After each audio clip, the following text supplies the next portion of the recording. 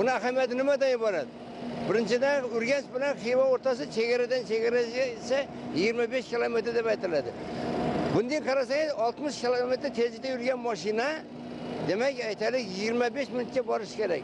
Vaholanki hozir shu Xivaga borish uchun yo'q deganda 45-50 minutga zo'rg'a yetib boramiz to'g'risi. Yo'l bo'yi aholi punktlari, maktab, boshqalardan o'tishga to'g'ri kelamiz.